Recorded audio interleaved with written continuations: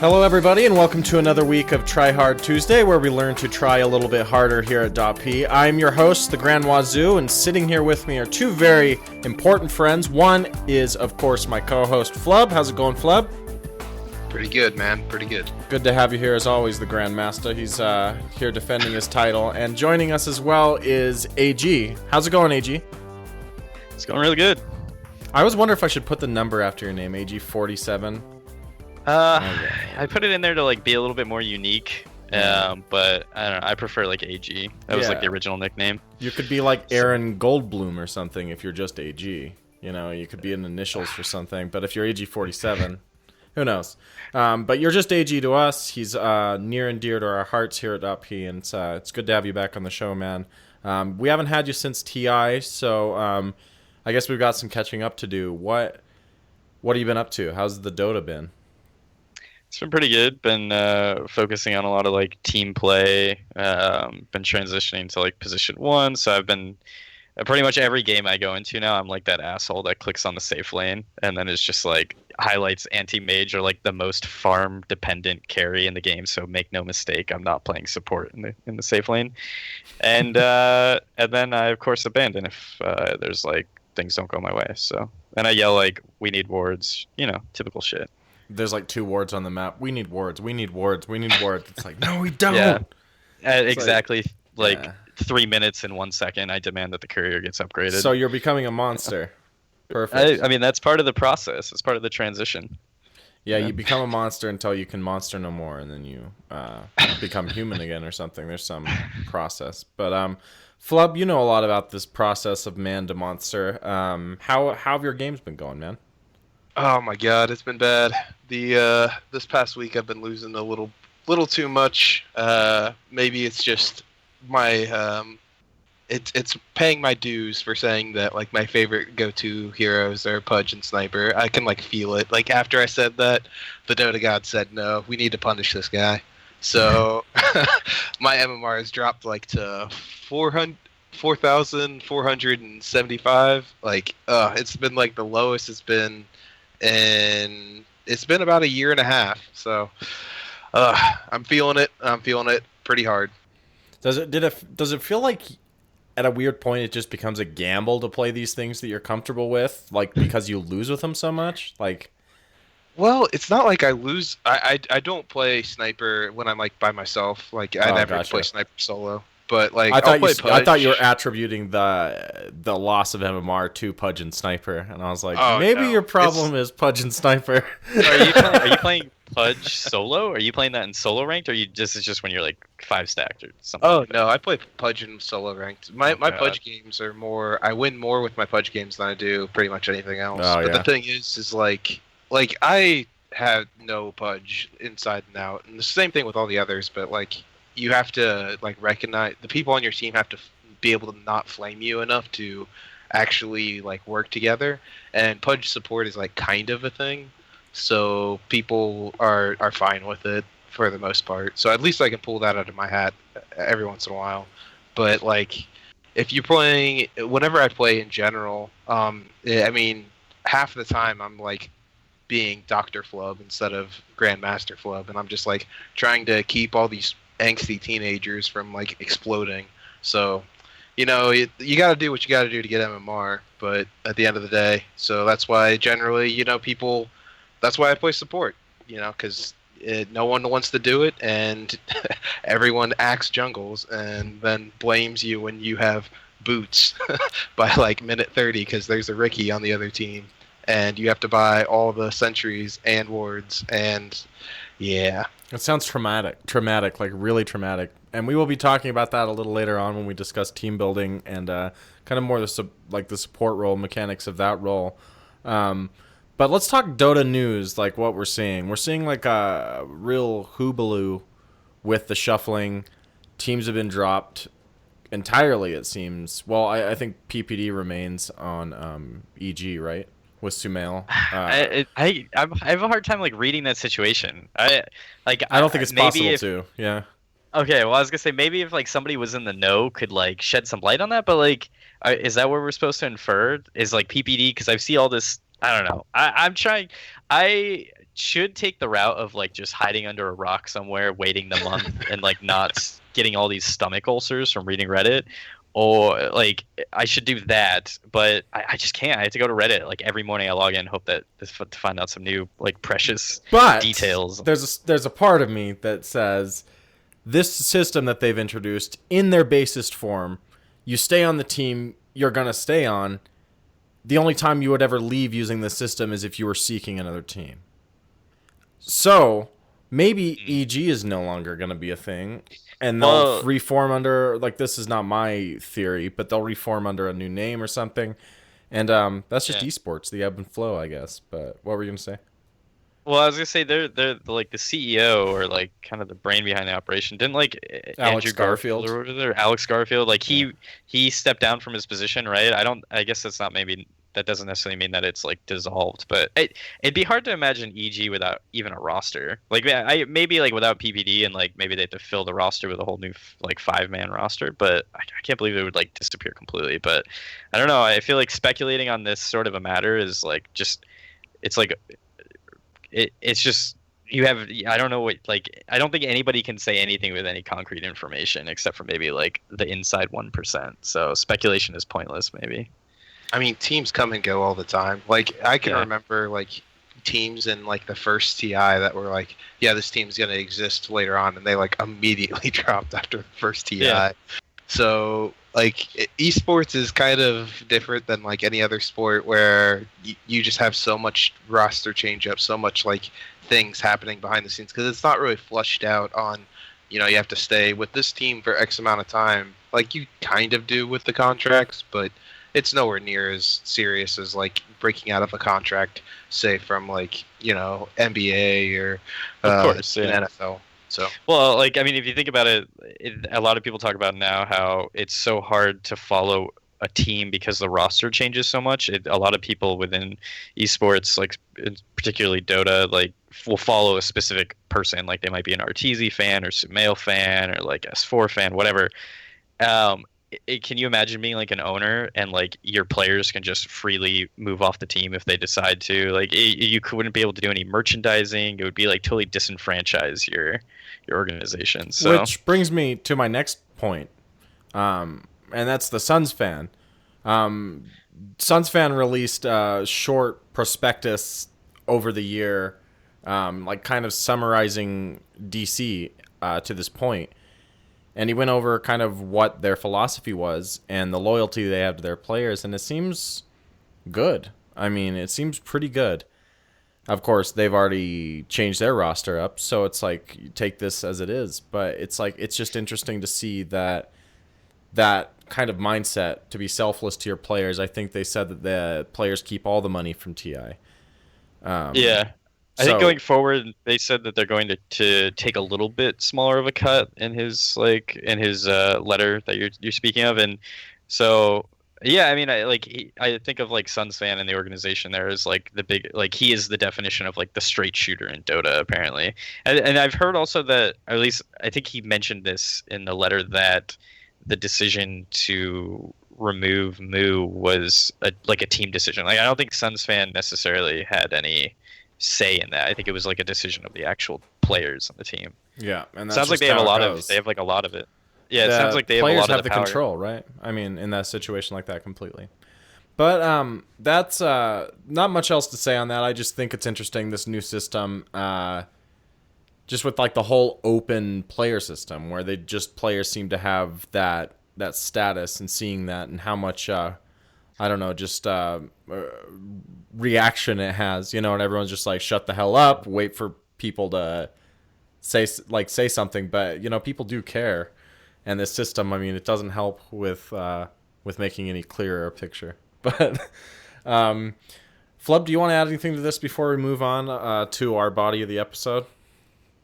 No, I think you're right. I think we've kind of hit where we can, because I mean, if we could sit here all night, and this could be the whole episode of us talking about, you know, what's the reason why this guy moves here, this guy moves there. But in the end of the day, everyone, you got to just like realize that there's going to be so many roster changes after a big tournament like this, and let the dust settle, and don't try to get like too angry or upset until like like AG was saying, like a month later. Like once everything settles and everyone stays good, then we can start jumping on trains of like, why did this happen? Why did that happen? It's going to be the year of burning, baby.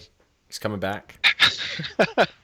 Well, we'll see. We'll see. Oh yeah, baby. It's going to be burning hot. But that's where I'm going to leave it at. The AG is of course here for the reason he's been here for many other episodes now. You've been on the show quite a bit, and that is team building. We're going to be discussing Flubb's native position, which is the 4, right, Flubb? 4 to 5? 4 to 5, yeah. And he is good at it, quite good at it, played a lot of hours in this position, and I have almost no experience with that position. So I think it's pretty cool to see like these micro decisions that are made to make up a macro decision. You know what I mean? And this can go from drafts. This can go to early item pickups. This can go to, I don't know, in a way, how you position, and that translates into a kill or position in the lane or whatever else. So, Flubb, what would you like to say about your position in the game and, I guess, bringing people together? What exactly made you want to be in the position you are? So whenever I play Dota, in general, I like to try to take a position of trying to be the most, even though my team might disagree with me, the person in like the most charge. I'm not a very take charge type person, which sometimes can cause problems. But if I can like direct movement, because I've been there, I've seen that. I've been playing for years, and if I know if something is happening, there's certain little ticks that muscle memory will teach you, or certain things that within the game you'll just notice more often.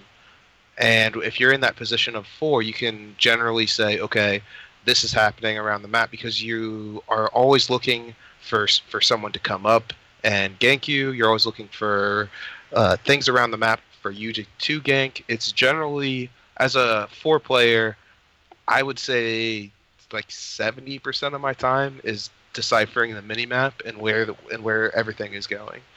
A lot of times I can see a lot of things happening just from like watching minimap and clicking, and then I'll like go over and click on another guy to like read his items. Most of the time I'm generally not like looking at my hero unless I'm initiating a fight. So information gathering is a huge part of your job, you'd say? Like, you're just kind of gathering as much information as you can, right? Translating it and feeding it back to your team in a way that is digestible, I guess? Right, because as a 4, you generally you're not really helping the carry farm. You can go in there and help them gank, like in lane if you're running a tri lane, or you can go and stack, or you can set up ganks elsewhere.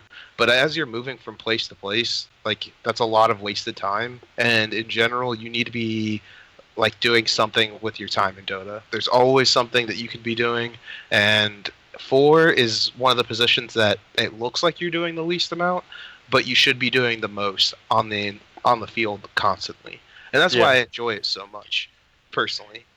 Sorry, AG, you go ahead. No, yeah, I absolutely agree with you on that. Like, I played for a little bit for our 82L team, and I think, in my opinion, it's the hardest position I've played, and maybe that's because like it's been one of the positions I've had the most difficulty playing. But in my opinion, I think it's the most challenging position on the field, and I think it's because what you're hitting at, and that's that at any point in time you don't necessarily have a specific role. You kind of play this jack of all trades sort of role in a way. You're information gatherer, but you're also moving around the map. You're trying to assist lanes. You're trying to get a general sense of like the macro environment of the game and where it's heading and where you're going to be needed.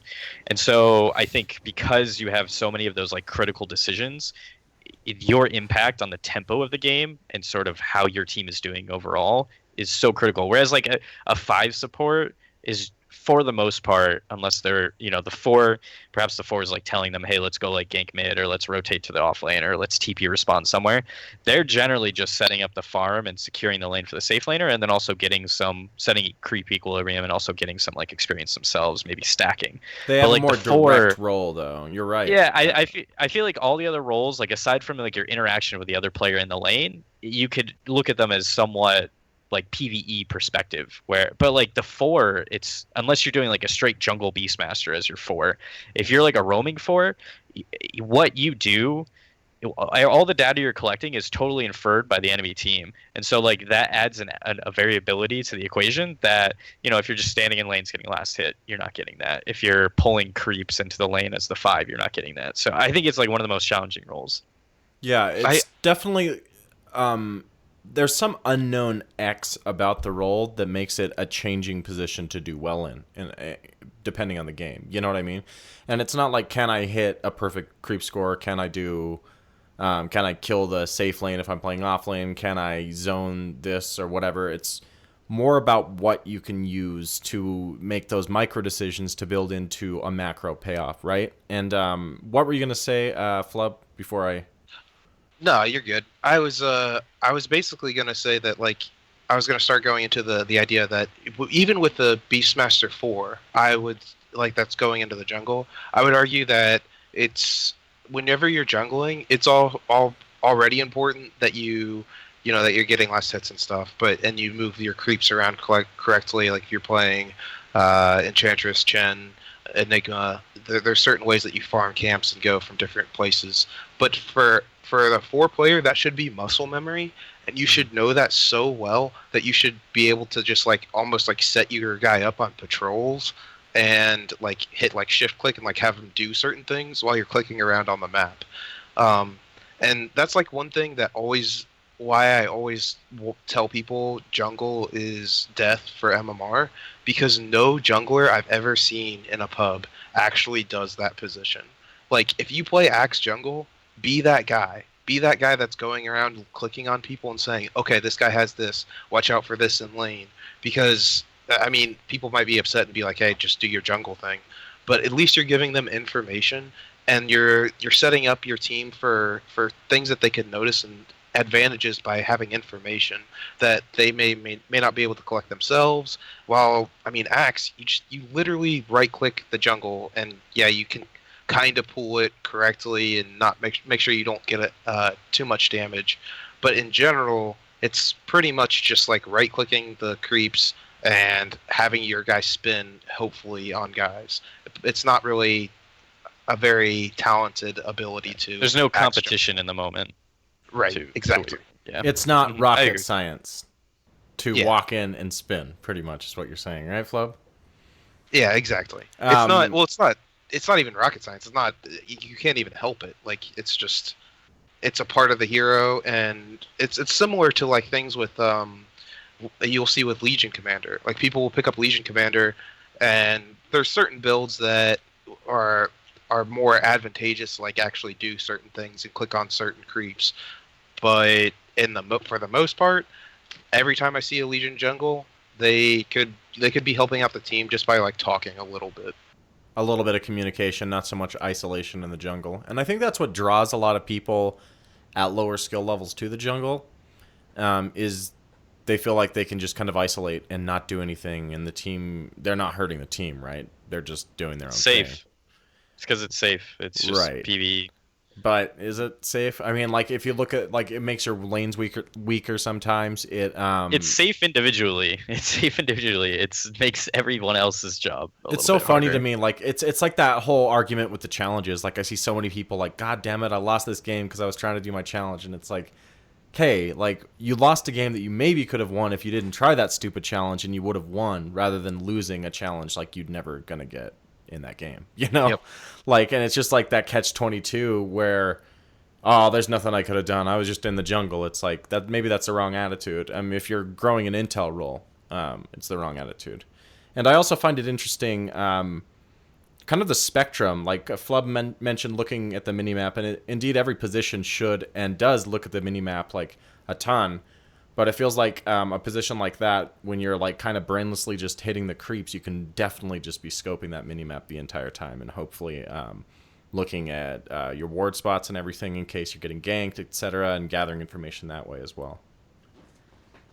Well, see, I argue that like if you're even in the jungle, you don't even need to use minimap. You can actually like go around clicking on people. Like whenever I play Ogre or something, I'm constantly on the minimap because it's a hero that is designed to push people out of their lane so that they don't get experience. So like you do that for the off lane, yeah, you can do that, but a lot of times with Ogre, you can have him as like a dual off lane, and you can just push the other supports out of their job, and their 4 has to rotate to deal with the Ogre, and the 4 and 5 just like have to like push the Ogre out of the way, which makes sure that they're not like stacking, they're not ganking elsewhere, which pretty much sets it up for like a 4v3 type situation instead of a 5v5.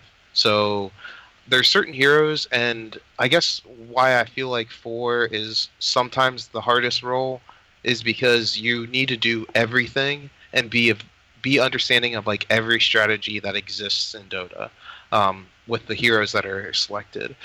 Though I do think that there are other positions that are hard, or it could even be argued harder, because like you can argue that mid is one of the hardest because you not only have to look out for farm, you have to like basically you're 1v1ing, denying the person, you're not getting any help, and you are like expected to do just as good as the safe laner. So there's that, and then off lane obviously is hell. It's like 1v3 in most scenarios. So I don't ever like want to say that 4 is like the hardest position, because each guy has their own cross to bear. But if you really look at what you're doing, if you playing a 4 correctly is very hard. Playing the other positions is hard to do in general, but like playing a 4 and constantly staying busy is a challenge. Yeah, I think the other thing, like maybe to sort of shine this topic in a different light, is that the 4 position, I think you could play 10 games and analyze it from every different role, and for the most part, I would say those 10 games, especially for the 5 and the 1, are going to go pretty much the same for the first 10 to 15 minutes of the game. I think then you get some slight variation with offlaners and with mid players. Their game, if they're getting heavy gank rotations from the opposing team, etc. But I think the 4 is the position that across an arbitrary selection of games, you will have the most variation in your gameplay. And that's not only just based off of hero selection, and strategy that you're kind of putting forth, but I also think it's because it's very similar to like a reactionary role at times. Like you're saying, with if the enemy team is placing pressure on a certain lane, that might not be the same in the next game, etc. There's so many different moving pieces, I just think, to the 4, and I think that's why it's so hard to play, because of the variation. But I think it's also hard to analyze if you're doing it correctly, from the standpoint that like the mid and safe lanes, like if you get a kill or if you have a certain creep score, it's a very like physical, tangible reward, or like tangible measurement for your success. Whereas the 4, it's like there's so many forks in the road where you could have made a different decision and could have had a different outcome. You don't have an exact stat to show you when you made that decision as well all the time. Yeah. So it's like it's hard to tell, right? And what I think the idea on it being the most varied position is definitely accurate. It might not be the most difficult. I mean, who knows, right? Every position is really, really, really deep. Tons of depth in the game of Dota. This is no surprise. We've talked about this before. But in terms of variance, and like you said, AG, bringing forth a different play style of strategy in each game, I think, like, in general, it's going to be very different and varied, opposed to a 1 or a 5. I mean, you're going to see very similar situations there, depending on any game. But, what's interesting to me is people think that a 4 is just in the jungle, or a 4 can just be in lane, or whatever, or 4 is always top or something as off-lane support. And it's just interesting that there's still so many... I guess people misconstrue exactly what it is. It's a support that gets a little bit of farm, right, Flubb?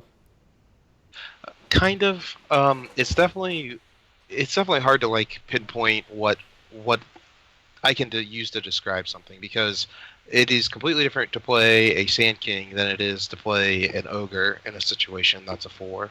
Um, One is basically used to just deny the enemy team farm and experience, try to get experience out of basically nothing.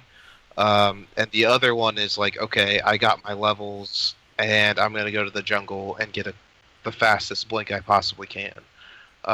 So one's like kind of super greedy, the other one's incredibly not greedy, trying to help out your lanes. So if I were to like compare what a 4 does in a given game, I would say that they are what the team needs at the first 10 minutes. It's about taking a look at your enemy team and saying, okay, what can I get away with, and what will have the biggest impact at minute 15?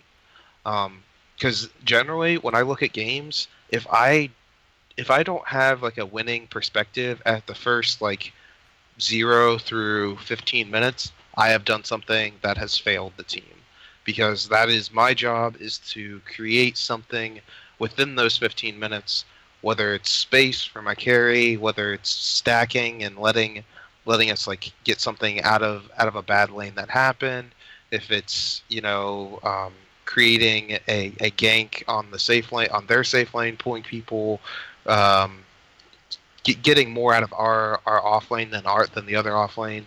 It's what's tangible about a 4 role, and like what's good about a 4 role is like you look at how your team's doing, and then you say, okay, they have good stats, I did well.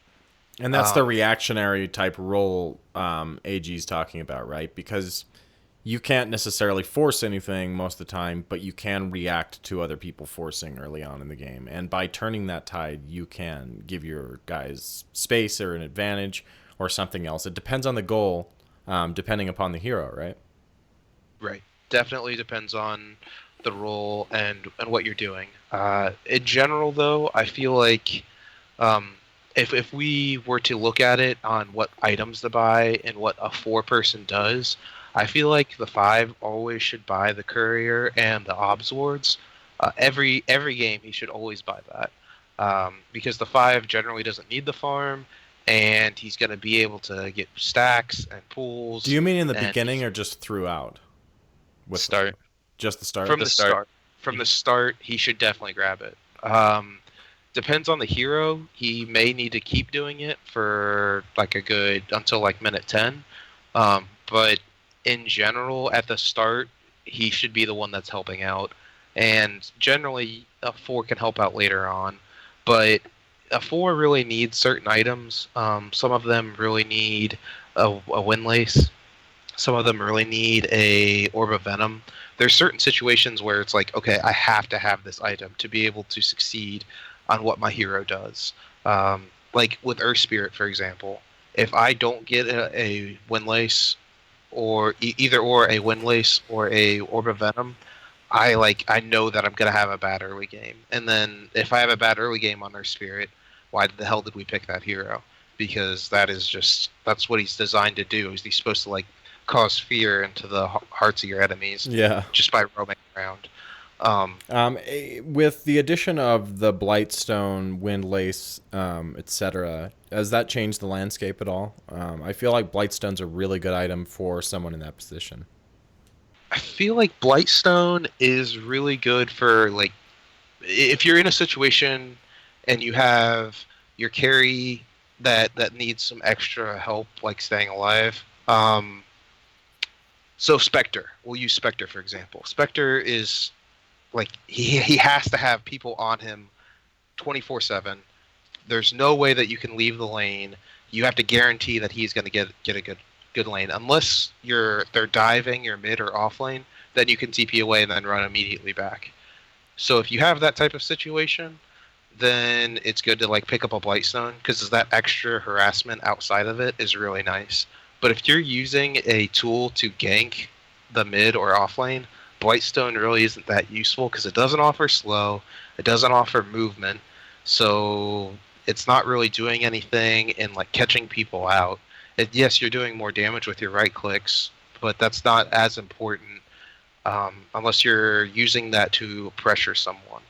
So, yes and no. I guess Blightstone is not the option, but the other two definitely are. The Windlace is more oriented. Let's hear your opinion on the Blightstone, EG. I like Blightstone, but I mean, I don't play 4, so I don't know. What do you think of it? I will echo Flubb's comments, and I'll kind of add some extra flavor to it. I totally agree. I think Blightstone sits in a position where it's used to add dominance to a lane. And I don't think it's necessarily an item that's exclusive to the 4. I think like it could be picked up by other positions if they're going to be depending on like their item builds, etc. But I think the concept of it in the early game is specified for harassment. Because as Flubb's mentioning, like if you're going to gank like mid lane, I would argue that a majority of the damage that you're going to be pumping out to kill that hero in the mid lane is going to come from spells. So unless you have just like some strange situation where all your spells are physical damage, like that Blightstone's really not going to add a lot.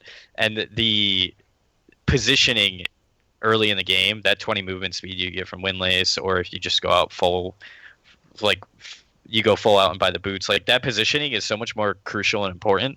And I think just so much more of your damage for ganks comes from burst damage, which generally is going to be spell damage. So I agree that I just don't see the Blightstone. I think even Orb of Venom has like this weird spot where it's only good on certain heroes, like for example like Earth Spirit, because he immediately gets up on you. Like the gank is not going to be successful unless he initiates, usually with a roll. So like he doesn't need necessarily the Windlace because he's already getting on top of you and then applying the debuff that's going to slow you.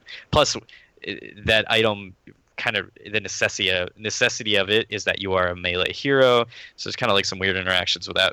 But yeah, I think Blightstone's more of just like a lane dominator, so unless you're planning to sit in lane as a 4, I could honestly see it being picked up more so on a 5 who's like maybe going an early medallion. Like if you're Avenge or something, you're gonna go maybe an early medallion, you can pick it up. That way you like afford the 4 the ability to maybe emphasize more of his time on roaming, because you can push the offlaner out easily with just a Blightstone and your right clicks. I don't know. That's my thought on it. And yet, Windlace is really a popular item. You see it built and core on many heroes and supports 4 and 5. So it's like the opposite with that item. I mean, you have a defensive item that's highly impactful and in the game, and then you have like, or a defensive item, would be the Windlace, and then you have an offensive item, which is the Blightstone, which doesn't seem like it has the impact. What do you guys?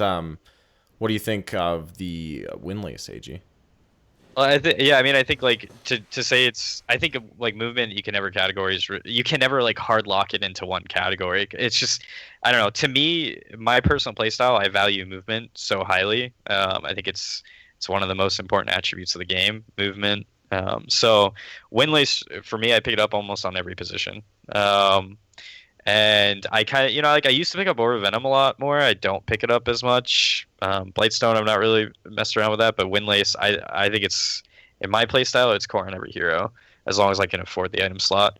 And I would go also back to like the point that Flubb was making. It's so critical that you and the position 5 understand who's buying the obs and the courier, because these items are cheap, but there's, for your position 4 and your position 5, they're not getting any dedicated farms. So like what they buy needs to have a lot of impact and be super efficient about it. So it just makes sense. Like if you're in a game, if you start a game where somebody buys like an obs ward and the courier, and then there needs to be like sentries need to be purchased, you have like this weird math that can formulate where if you kind of screw up the order of who buys stuff, then neither one of you is afforded the ability to buy like the extra luxury item, if you want to call it that. So I would definitely echo what Flubb's saying about that. Like I think every game just start double obs, courier on your position 5, and then you assess what the 4 is going to buy, and that's the perfect person to decide too, because the 4 has such like a varying role. Like maybe we need sentries this game, maybe we need a Blightstone for some more harassing lane, maybe I need movement speed item, etc. Yeah, it's kind of brings us into this next part of our conversation. I wanted to specifically talk about items and building blocks. From growing those smaller items to bigger items, making those early decisions, and gathering information to make those decisions. Flubb, I know I skipped over you for the Windlace conversation, but I just wanted to have this be the intro for you to talk about it. Windlace, I know you like it, but like how it builds throughout the game, is it good to buy it when you know you're going to build a Yules or the drums or anything else? Is that when it's really good, or do you usually just pick it up to have it as just the Windlace? Well, a lot of times I pick it up just for the Windlace, but for special heroes that are like crazy good right now, personally, I think if you don't go Windlace on ET, you are messing up. Like it's a must on that hero now because with raindrops being so dumb right now and giving you a lot of regen, you can just have those two items in the beginning with like a pair of boots, and you are so good. It is insane how good ET is still. You can just stomp your way to victory, pretty much. Oh yeah, stomp, and like the thing is if you get a good stomp, like once you hit level 3, if you get a good stomp, it's almost a guaranteed kill on like I'd say 90% of the heroes in the game if you do it correctly. He's just so strong at initiating and getting that extra movement speed to someone after your soul, I guess you can call it, or image. Spirit, thank you. Mm-hmm. Once it touches all the creeps and touches the hero, you're getting that extra movement speed, that extra damage. Just having that a little bit of extra movement speed with Windlace helps you get those right clicks off more often. So I feel like there's certain heroes that it's almost designed to have, and that's why some of the supports are getting more love, because it gives you that advantage. It gives you that special umph in the beginning, and I feel like that Windlace. If you're looking at Windlace too, like I don't go for it because someone goes for drums.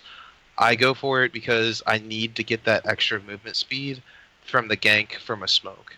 Because every time I smoke, I'm generally using the tree line to give myself an advantage so that they won't see it break. But you can't always have that.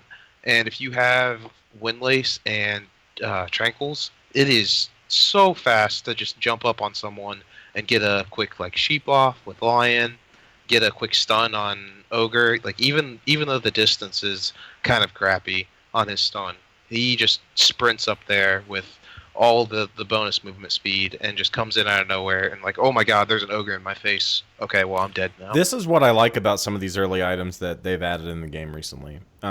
It gives you that ability to be more relevant earlier. Mm-hmm. Just like the Windlace with ET. I mean, that kind of you just sold me on it. Just because it's something that's so good for that hero, because, you know, his entire point in the fight is just to get up in people's faces and stomp. You know what I mean? So, like, something that gets him to that point quicker is a lot better.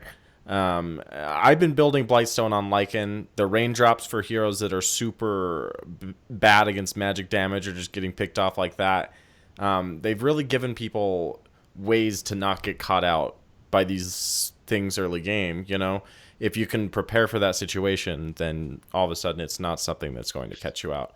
And I really like that. The 4 position and the Windlace, it seems like a match made in heaven just from you explaining it, because this is people that like to cover a lot of the map and get up in people's faces and get out, right? Oh, most definitely. The thing is I feel like both the raindrops and Windlace, like when I first saw this first patch, I can remember like talking to my brother and I was like, this is the most broken item I've ever seen. This is dumb. Like you get an item that's cheaper than boots, that stacks with boots, that makes you faster. Like that's all I want whenever I'm for supporting, is to break that smoke, and whenever I break that smoke, I'm got that extra edge on someone. Because that's all it is. That's generally how you get your farm from some of the supports that you play. You have to be able to hunt them down and kill them. Like when Ricky was, they first switched Ricky over, and Windlace I think was like, I think it was 200 when it first came out, gold pieces, which was insane because it was side shop. Yeah, and it was side shop. And so what you could do with Ricky in the very beginning, Ricky support, was you could buy at level 1 the Tangos, the Windlace, and the Orb of Venom all in the same purchase at level 1. And it was like, well, okay, Riki of Support of course is a thing, because you have your entire kit right there, and you don't need to use your mana, really, to kill anyone. Yeah, you're pretty good for a while after that with Riki, right? Because then you've got the Silence and the Blink. It's like, what else do you need? The Blink Strike, I mean. Do you play that typically, either of you guys? The Riki support? I was gonna say it's funny because the same thing, like when they added the item Windlace into the game, like Bounty Hunter was like a very prevalent roaming 4. I don't think Riki had like gotten too much use yet. He had been like dropped out of captain's mode, and people didn't kind of come onto this position for Riki quite yet. But I played Bounty Hunter like that, and like it was insane. Like Flubb's saying, like to have Orb of Venom and Windlace, like you gain, it's like, I don't know, what is that, like you gain 40 movement speed over like the enemy that you're pursuing, plus if you have like Janata on Bounty Hunter, it's just ridiculous. These items, it's like brilliant if you think about how Ice Rock has done this. Rather than like buffing supports directly, he threw in items that allowed them to, as you said, Wazoo, like I've never, like you, the way you said it just was like made a light bulb go off in my head. Like he made these items and supports are relevant and have such a bigger impact early in the game. And you don't have to like build the same dumb shit every game. Like, oh, I'm going to buy Courier, Wards, and then buy my Brown Boots. So, like, you have so many different options for so many different playstyles, and it just creates this new like meta for position 4s and position 5s. Yeah. And in turn, it's like forced. It sometimes, like, if you hear Proud on the podcast, I remember when like Windlace came out, he was like, holy shit, there's like a CM with a Windlace and Tranquils, and she's like faster than me, and I'm like Juggernaut or something, whatever he was playing. Like that I'm sure that happened to every single person who's like played since that patch at some point, where you're like, man, this support should not be able to pursue me this hard or not be able to do what they're doing. But those items made them relevant in that role.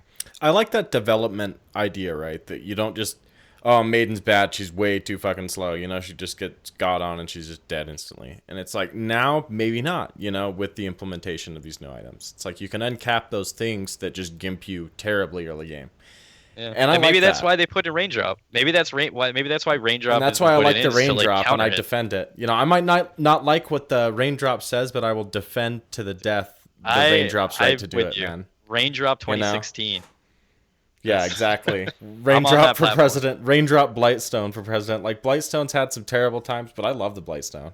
I really do. Like, I buy it on Lycan. March into Roast. You know, like, that's the dance. Yeah, I feel like Blightstone almost is made for carries. Yeah, maybe that's why I like it so much. It's just 2 armor, right? But it's very good if for heroes that you build Deso on. I love it on PA. Yeah. It's so good, man, with Dagger. Like, it's incredible, really. Well, and Armor Pen is, like, so valuable early in the game. I'm sure we've said it on these podcasts before, but, like, if you don't know the exact mechanics behind Armor Pen, basically the, like, negative armor is always better than positive armor if you look at it just in a vacuum. So, like, as you move into negative armor and you move, if you get them from like -1, -2, -3, the farther they go on the negative spectrum, exponentially it increases the damage.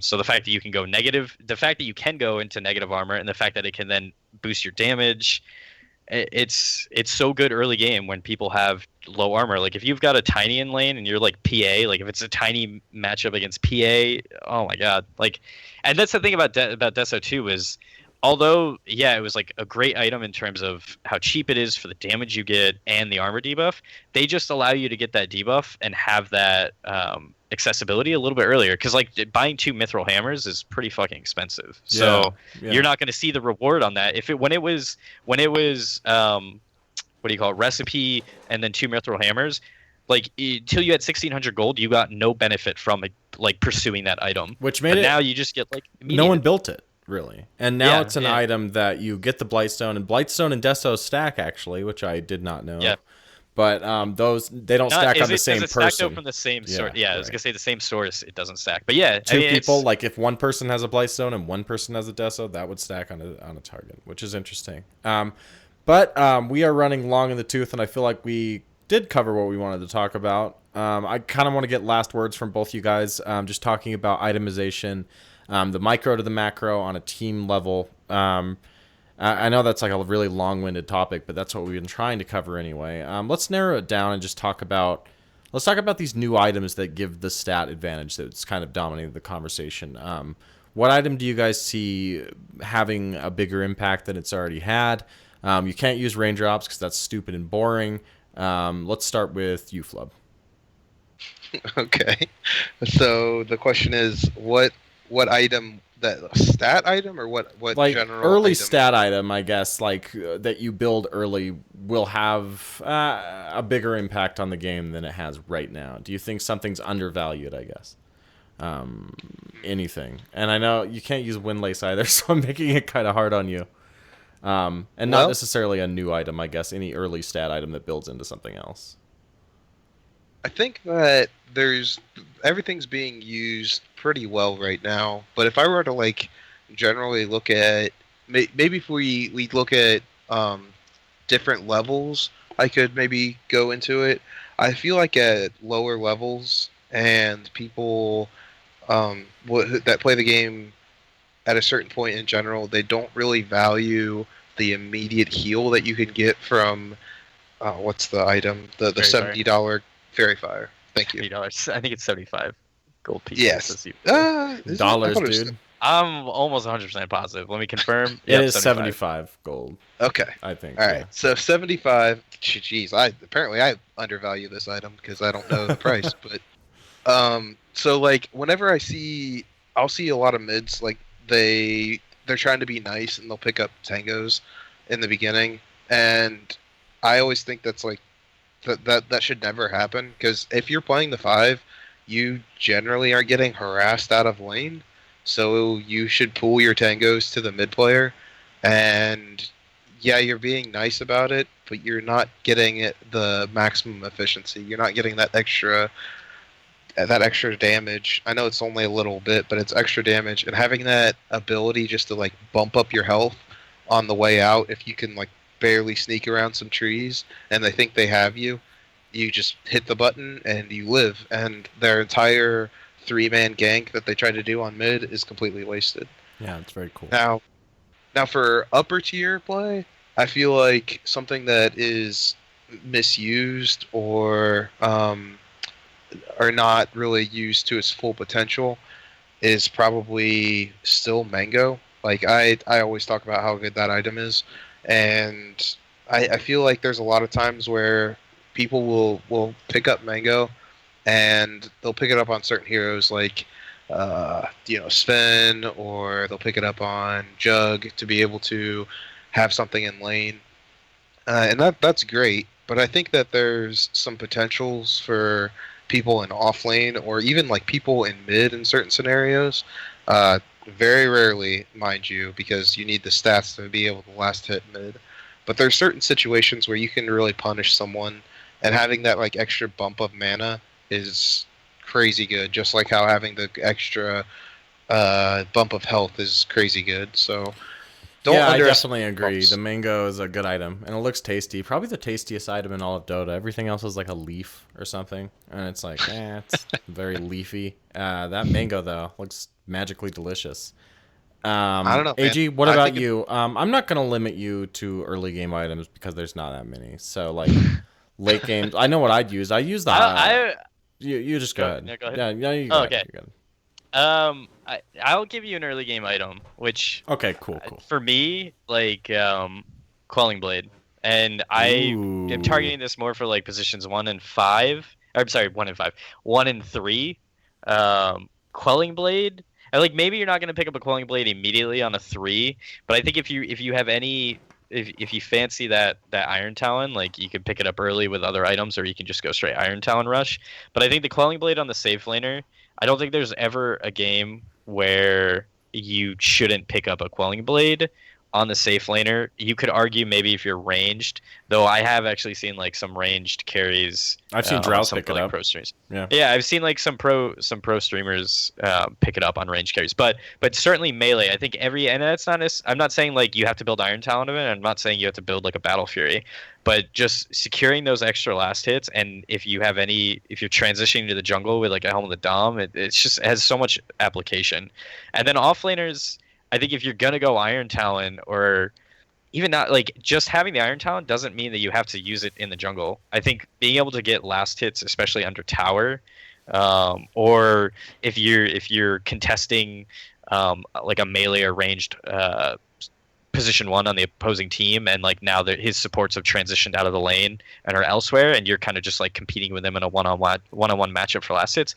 Iron Talon, obviously the Quelling Blade benefits you from just the passive boost to your damage, but also the Iron Talon like allows you to secure your last hits by cutting that creep that's at like let's say 30 or 35% HP. You cut it and then you hit it immediately, and they can't time that to deny it. So I think like it has a lot of application, and also like last hitting under tower, and in a position where you're not going to get as many last hits it's kind of like Ursi says this a lot, like as support it's so critical to get last hits that when you're in that position, you miss one, it has a huge impact relative to the sum of the last hits you're going to get. So yeah, I think like offlane picking up the Quelling Blade and potentially an Iron Talon's huge. So definitely, and that's what I'd give you. I like it. Quelling Blade, it's definitely good. You saw it picked up a ton in the international by melee heroes. I don't think you saw it much on ranged, I'm not sure. But it's very good. It's been good for a very long time. But we'll see. Maybe it'll make a resurgence. I see that ranged pickup, and it's pretty interesting. I was looking into that a little bit as well. So maybe we'll talk about that later on in the show, when that would be worth it, because I'd like to know myself. But I'm going to close this out, guys, after we talk about, because we did a poll and people wanted to discuss MKB. So it is purchased, the MKB with Demon Edge, which is 2,400 gold, and 2 Javelins, which are 1,500 each. Let's talk a little bit about the MKB, guys, before we close the show out. AG, let's start with you. When do you pick it up? Why do you pick it up? What stage of the game do you pick it up? And what do you value it for? So for me, I view this item as a very situational item. I think when you pick it up, it could be argued that it's a situational item, but given the fact that it's like flat damage, plus its passive True Strike ability, it's a very aggressive item, so you don't get any stats from it. There's no defensive aspect to it, so I would not recommend like building this as your first or second like big item on most carries. But like you're almost always going to build it in games where there's either just a very natural butterfly carrier on the opposing team, potentially a Radiance carrier, certainly against like a PA or someone with built-in evasion. But I think it's like a situational late-ish game, like end of mid, more late game item that you're going to pick up. I don't think you ever like start first or second big item, maybe. Yeah, well, I wouldn't say first, because I think it's too, like if you go first and let's say you only have like, I don't know, you built phase boots, so you don't have any like survivability element of that, like in terms of stats. I think you could like really leverage yourself into damage and not into defensive like health, like maybe if you're playing a carry that has like high HP, then you could get away with it. But I don't think you enter a game knowing that you're going to be building the Monkey King, like a Monkey King bar, unless you're playing maybe against like a PA or something that's just so straightforward like that. But you just know the value's there. Yeah, because like there's heroes who don't naturally want to build it. Not every carry wants to build this item, but a lot of times the way that the situation of the game has gone, it's pushed you in that direction. And I'll let Flubb jump in, but I do have some like other. It's reactionary, comments right? On it. Completely That's how reactionary. Can anybody like does anyone know the stats offhand? What damage it gets, etc.? Yes, I can tell you. I've got it pulled up. Cool. So it gives you a flat 66 attack damage and 15 attack speed. I think I always forget about the 15 attack speed, but regardless. And then it gives you a passive of True Strike, which allows you to strike targets who would otherwise evade. the big thing to mention on this is like this True Strike has certain implications. Like it doesn't work against buildings, but it will work, I believe, against uphill attacks that you would otherwise miss. So, but against buildings, it doesn't. So to clarify there, if you're on the low ground with a Dragonlance and you're a drow or something shooting up to a tower or high ground, you're going to hit those shots shooting up. You won't have that 33%. It's a 33% hit chance. On a right? tower, I don't think it actually would work from that. On a tower, it doesn't. I think it does. I think, doesn't it? It's any time it has a chance to miss. I'm pretty sure. Like it doesn't get so like, the uphill extra bonus as well. damage. Yeah, I don't. It doesn't get those extra bonus damage from like it proccing, but because you build it on clinks and you just slow siege. You just pop your Q, your. Then in what situation? I know called. for sure there are situations where it doesn't, like the True Strike doesn't apply to a building. What situations would I be thinking of? Like you can't put a mischance on a building. Like there's no evasive. There's no way you can. Yeah. Yeah, I could be wrong. The thing is like, You actually may be right about that. Maybe they changed that, but I'm I know fairly certain you still miss uphill on buildings. But regardless, that's a very small aspect of it. And the other thing that this item has seen a lot of change, because the other benefit it gives you is it has a proc chance to give you a mini bash. The proc chance is 35%, gives +1, like the damage of the bash is 160 damage, and its stun duration is 0.01. I believe it goes through BKB. It does. The stun goes through BKB. Yeah. And it uses pseudo random distribution, which a lot of things have been shifting towards. But this item's been changed a little bit because it used to have a lot more flat damage. I think it was +88, and the proc damage was lower, maybe like 135 or something like that. But they've kind of shifted it more to the damage more into the proc and away from the passive damage on it, which has like some real implication for certain heroes. But yeah, those are the stats on it. Flubb, I'll let you talk about it. If I were to talk about this item, if I were to tell people when to buy it, it's definitely a third or fourth item. It doesn't really give you the stats that you need to stay alive. It gives you a lot of extra damage, which is nice, and the attack speed is very nice. It gives you a lot of the basis for you to like make your damage go from, okay, that's decent, to, oh my god, that guy is destroying me, please stop. So when you pick this item up, it should generally be like a third or fourth item, in my opinion, because generally the evasion's going to come out by that time, whether it's through the armlet item, whether it's through or the upgraded armlet item. Man, I'm really off my game today, but like that, or whether it's like PA or what have you, it's definitely something that you want to pick up. And the heroes that I always suggest it for are Brew, Tinker, Ricky, Troll, PA, Brood, Arc Warden, and Coddle. So Alchemist? Alchemist, not necessarily, because yeah, I know the build is to build Radiance now, and whenever you see Radiance, it's decent to go through it. But it's not necessarily crucial because you can just BKB, and that works as well.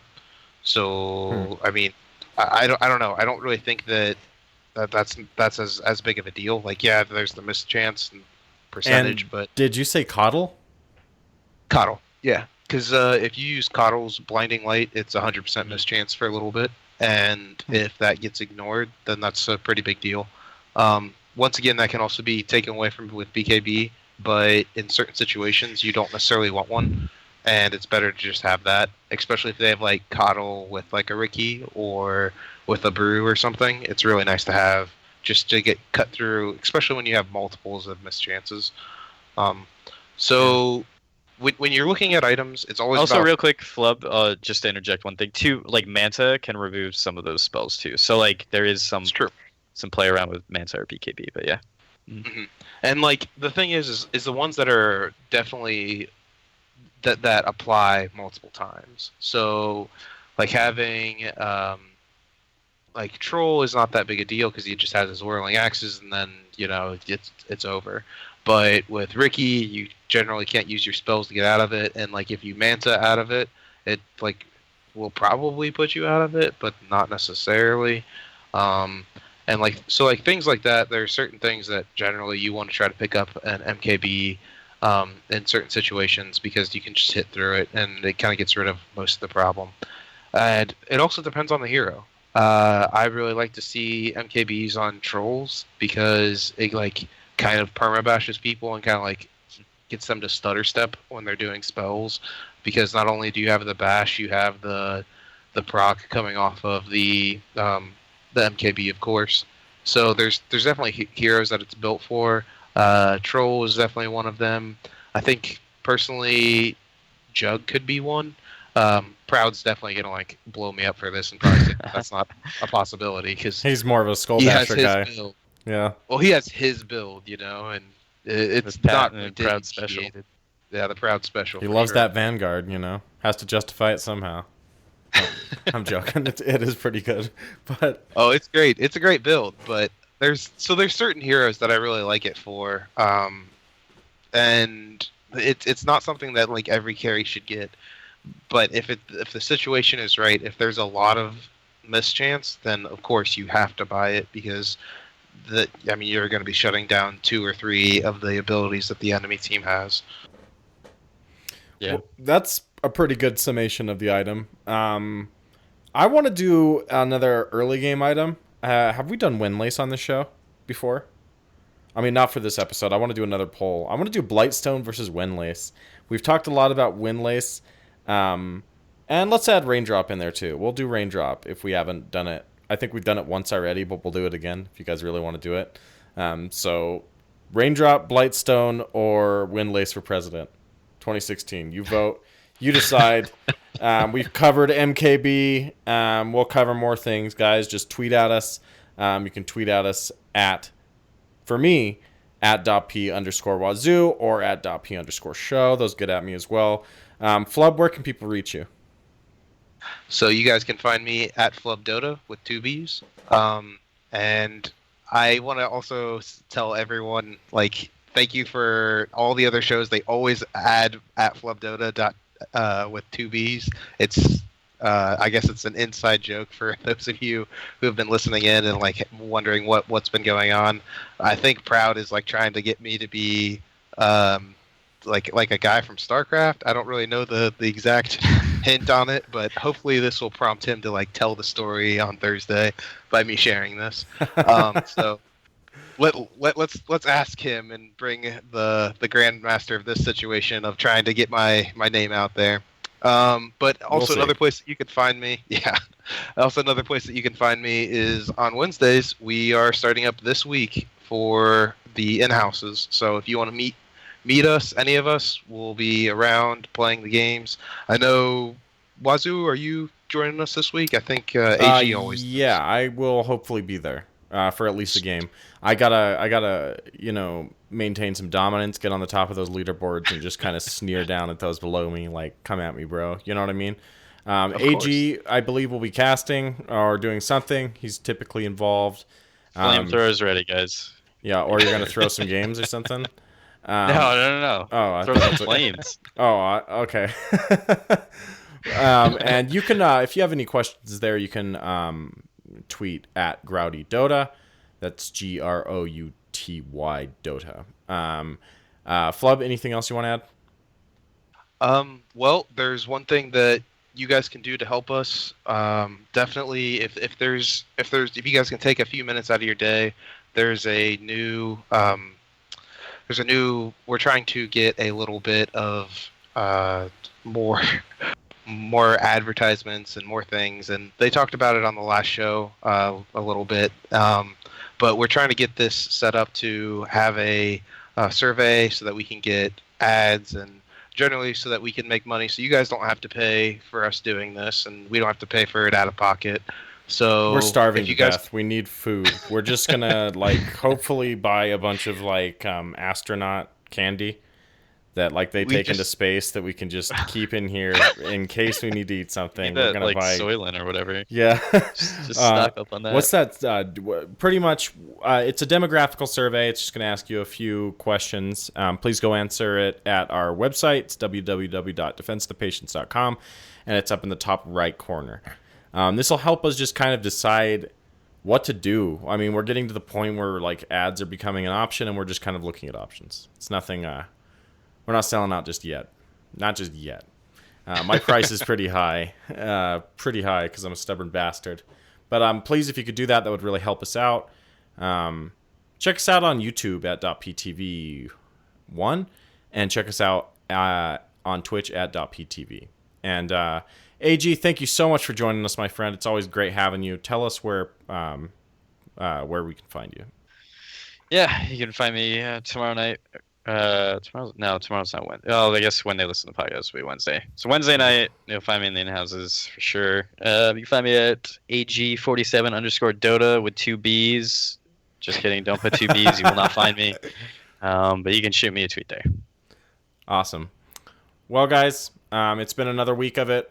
We went a little long. I like to keep my entertainment around 50, 55 minutes, but we had a lot to cover, and we still didn't scratch the surface of what team play can offer you. So please join in on the community, guys. Get a hold of any one of us through Twitter or through Steam, and let us know you want to be a part of the community. There's plenty of people playing through our Discord and everything else. So thanks for joining us, guys. Remember, stay hard, stay glassy, and stay classy.